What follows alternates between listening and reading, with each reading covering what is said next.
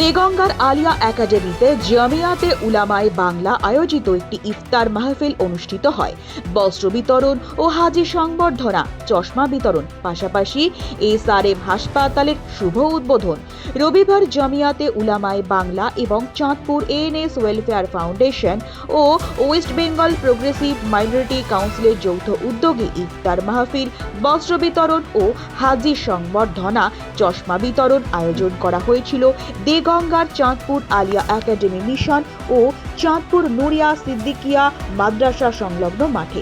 এদিন প্রায় 1000 মুসল্লি ইফতার মাহফিলে অংশগ্রহণ করেন। প্রায় 200 দুস্থ মানুষকে আসন্ন ঈদের নতুন বস্ত্র উপহার দেওয়া হয়।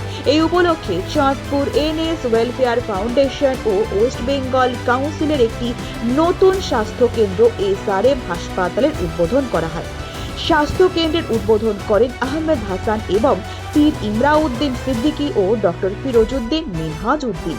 এদিনের ইফতার মজলিসে উপস্থিত ছিলেন জামিয়াতে উলামায়ে বাংলা কেন্দ্রীয় কমিটির সভাপতি পীর আল্লামা ইমরান উদ্দিন সিদ্দিকী, আলহাজ মাওলানা সৈয়দ বাহাউদ্দিন, জামিয়াতে উলামায়ে বাংলা কেন্দ্রীয় কমিটির সাধারণ সম্পাদক সৈয়দ সাজ্জাদ হোসেন, বাদুড়িয়ার বিধায়ক কাজী আব্দুর রহিম দিলু, বঙ্গীয় সংখ্যালঘু বুদ্ধিজীবী মঞ্চের সভাপতি অধ্যাপক ওয়ারেজুল হক, আলিয়া একাডেমি সম্পাদক ফিরোজউদ্দিন মোহাম্মদ শফি, মিনহাজ উদ্দিন মোহাম্মদ শফি, উত্তর 24 পরগনা জেলা জামিয়াতের সম্পাদক আলহাজ শফিকুল ইসলাম, সহ সম্পাদক হাফিজ আজিজউদ্দিন, সিরাজ সম্পাদক আবু সিদ্দিকী খান সহ অন্যান্যরা। এদিন রমজান মাসের গুরুত্ব ব্যাখ্যা করে রাজ্য সংখ্যালঘু কমিশনের চেয়ারম্যান আহমেদ হাসান ইমরান বলেন, রমজান মাস এমন একটা মাস যে মাসে আমরা আল্লাহর কাছে ক্ষমা পেতে পারি। এই প্রসঙ্গে তিনি বলেন, আমরা ভারতবর্ষে একটা খুবই কঠিন সময়ের মধ্য দিয়ে যাচ্ছি। এমন কঠিন সময় আমি আমার জীবনে কখনো দেখিনি। উপস্থিত সকলেই এসআরএম হাসপাতালের উদ্বোধন করার জন্য ডক্টর ফিরোজউদ্দিনকে ধন্যবাদ জানিয়েছেন। পাশাপাশি যাতে সকলের সঠিকভাবে চিকিৎসা পরিষেবা পাওয়া যায় সেদিকে খেয়াল রাখতে হবে।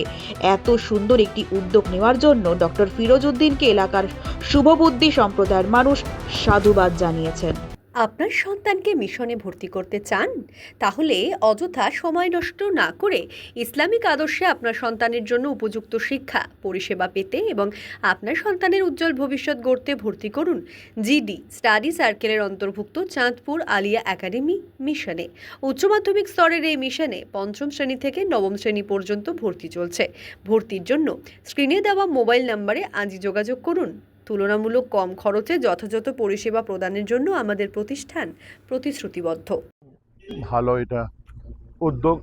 আমাদের যারা ফিরোজ আলম ভাই সাহেব যে রয়েছেন, উনি এখানে অনেক কাজ করেছেন এই ধরনের সমাজসেবী, এবং প্রতিষ্ঠানও কয়েকটা গড়ে উঠেছে আমি দেখেছি। এবারে আবার 100 বেডের একটা আপনার স্বাস্থ্যকেন্দ্র, সেটার হসপিটালের একটা প্রকল্প নিয়েছেন, আমরা দেখলাম খুব ভালো। এবং আজকে ওনার যে আপনার এনএস যে ফাউন্ডেশন, ওয়েলফেয়ার ফাউন্ডেশনের পক্ষ থেকে আজকে যে ব্লাড ডোনেশন ক্যাম্প এবং চক্ষুদান শিবির, স্বাস্থ্য শিবির, এরকম মানে মানব সেবা জাতি ধর্ম নির্বিশেষে উনি কাজ করে চলেছেন। আমাদের এটা জমিয়তেরও আমাদের এটা আর কি ম্যানিফেস্ট। আমরা ওই খেদমতে খালক আর তাহফুজে দিন, এই দুটো ম্যানিফেস্টোর উপরে আমরাও সারা বাংলায় কাজ করি। আজকে আমাদের যৌথ উদ্যোগে আজকে আমাদের এখানে এই বস্ত্র বিতরণ, বিশেষ করে আমাদের ইফতার, যে আজকে যারা পবিত্র রমজান মাসে যারা রোজাদার এসেছিলেন তাদেরকে ইফতার করা হলো, তার সঙ্গে দোয়া খায়ের হলো। হ্যাঁ, খুব ভালো লেগেছে। এবং আমি প্রায় 200 হাজিকে হ্যাঁ, এটা তো খুবই ভালো একটা পদক্ষেপ। এটা তো আমাদের কর্মসূচির মধ্যে থাকি। এবং হজ প্রশিক্ষণ সেন্টারের মাধ্যম দিয়ে আমাদের করা হয়, এবং মসজিদ ভিত্তিক তালিমে জেকের, এগুলো সব ওই তাহফুজের দিনের মধ্যেই পড়ে। এই কাজগুলো আমরা করি, এবং খেদমতে খালকের মধ্যে যেমন আজকে এটা, এগুলো আমরা করেছি, খুব ভালো লেগেছে। প্রথমত আমি বলি, ডক্টর ফিরোজউদ্দিন শফি একটা ব্র্যান্ড হয়ে গেছে এখন। তিনি যেভাবে সমাজ সেবামূলক কাজ করে চলেছেন, বাংলা জুড়ে শুধু দেওগঙ্গার মানুষের জন্য করছেন তা নয়, সারা বাংলা মানুষের জন্য তিনি করছেন। এবং সব থেকে ভালো দেখলাম একটা সুন্দর সহজ পদ্ধতিতে, আমি পড়িনি, এখনও পড়বো নিশ্চিতভাবে, যে হাজিরা কিভাবে হজ করতে, তারা বিরাট বড় বড় বই, এত বড় আমার ঘাবড়ে যায়, কিন্তু ছোট্ট একটা ছোটি কয়েক পৃষ্ঠার মধ্যে তিনি সেটা উপলব্ধি করেছেন এবং তিনি লিখেছেন। এর মধ্য দিয়ে হজ যাত্রীরা সুন্দরভাবে হজটাকেও করতে পারবেন। তিনি একদিকে এডুকেশন দিচ্ছেন, আবার একদিকে আমরা জানি তো এডুকেশন ভালো পেতে গেলে কী হবে, স্বাস্থ্য ভালো না থাকলে এডুকেশন পড়াশোনা করা যায় না। তাই তিনি স্বাস্থ্যর দিকটাও লক্ষ্য রাখছেন, আবার শিক্ষাও দিচ্ছেন। আবার যারা একদম প্রান্তিক মানুষ, যাদের কেউ নেই, তিনি বললেন একটা খুব ভালো লাগলো আমার, আমি দান করছি না, উনি ভালোবাসা দিচ্ছেন। এই বলেই ভালোবাসা দিচ্ছেন ডক্টর ফিরোজউদ্দিন মোহাম্মদ শফি সাহেব। তিনি বোঝাতে চাইছেন যে আপনাদের পাশে আমি আছি। একটা ব্ল্যাঙ্কেট দিয়ে, একটা শাড়ি দিয়ে অভাব দূর করা যায় না, কিন্তু এটা বোঝাতে চাইছেন, এনকারেজ করছেন যে আমি আপনাদের সঙ্গে আছি। স্বাভাবিকভাবে এরকম একটা কর্মযজ্ঞ চলছে আজকে, এক না একাধিক প্রকল্প। আমি থাকতে পারলে খুব ভালো লাগতো, খুব এনজয় করছি। আমার খুব কষ্ট হচ্ছে, এইসব কবির ভাই এসছেন আমাদের, বিদায় নিয়ে একজন দিকপাল, আমরা চলে যেতে আমার মনটা খারাপ করে। সিদ্দিক ভাইদের ছেড়ে যাচ্ছি, হাফেজ সাহেব, আমাদের সবাইকে ছেড়ে, মইনুল ভাইদের ছেড়ে চলে যাচ্ছি, খারাপ লাগছে, কিন্তু কিছু করার নেই। আমাদের তো অনেকগুলো প্রোগ্রাম থাকে। তো নিশ্চিতভাবে আবার আসবে, এটা নিয়ে 3বার আমার এখানে আসা হলো। নিশ্চিতভাবে ফিরোজ ভাই যখন ডাকবে তার ডাকে সাড়া দিয়ে আসবো, এবং কবির ভাই যখন ডাকে তখনই আমরা আসি। তো এই ধরনের অনুষ্ঠানকে আমরা এসে আমাদের ভালো লাগে। তাই আমি আজকে বলছি, আপনাদের এই অনুষ্ঠানে এসে নিশ্চিতভাবে আমি অভিভূত এবং আপ্লুত। আমি খুব ভালো লাগছে আমার এই অনুষ্ঠানে এসে। বহুমুখী প্রতিভার অধিকারী হচ্ছে ফিরোজ সাহেব, তার পরিবার, তাদের একটা বড় বৈশিষ্ট্য, একটা মানে আমি একটু আগে বলছিলাম যে মানুষ স্বপ্ন দেখে, কিন্তু ফিরোজ সাহেব এবং তার পরিবার এরা জেগে স্বপ্ন দেখে বলে এই সমাজের শিক্ষা থেকে শুরু করে, স্বাস্থ্য থেকে শুরু করে যাবতীয় যা কিছু, মানে একেবারে আল্লাহ রসুলের পথ থেকে যে নির্দেশনা যেগুলো আছে সবটাই পুরোপুরিভাবে মেনে চলেন বলে আজকে এটা একটা ছোট্ট গাছ থেকে বট গাছে পরিণত হয়েছে। আগামী দিন আরো বৃহৎ আকার নেবে। এবং আমরা এই সমাজের সর্বস্তরের মানুষ, আমরা জাতি, ধর্ম, দলমত নির্বিশেষে মানুষটাকে ভালোবাসি এবং তার পরিবারকে ভালোবাসি। আজকে এখানে আমাদের ফুরফুরা শরীফের যারা পীরজাদারা এসছেন, আমাদের তালতলা হুজুরের পীরজাদারা এসছেন, এবং এখানে আমরা সমাজের বিভিন্ন স্তরের মানুষ আছি। আমাদের ফিরোজ সাহেব, তার পরিবার, আমাদের ডক্টর কবির আহমেদ আছেন, একটা মিলিতভাবে সবাইকে নিয়ে সমাজের সকলের জন্য ভাবনার যে মানসিকতা, তার একটা উজ্জ্বল উদাহরণ হচ্ছে ফিরোজ সাহেব এবং তার পরিবার। হ্যাঁ, এবং আমি আশা রাখবো এবং আমরা শুভাকাঙ্ক্ষী তার, এবং আমরা খুব খুশি হই যে তার সঙ্গে, তার এই কাজের সঙ্গে মিলিত হতে পারা। আমরা খুব একটা বেশি সময় আসতে পারি না, কিন্তু বছরে অন্তত 1-2বার আমরা এখানে আসি বিভিন্ন কর্মসূচির মধ্য দিয়ে। আজকে সারা দিন ব্যাপী কর্মসূচি ছিল। এই বিশাল মানুষকে নিয়ে যে যোগ্য এ করার মতন যে বড় মন, সেটার ব্যাপারে তাদের তুলনা হয় না। আমরা আশা করব যে ফিরোজ সাহেব এবং তার পরিবার আমাদের সবাইকে নিয়ে এবং এই সমাজের সর্বস্তরের মানুষের জন্য তার ভাবনা চিন্তা একটা অনেক দূর এগোবে, অনেক বড় একটি প্রতিষ্ঠানে এই আগামী দিন রূপান্তরিত হবে।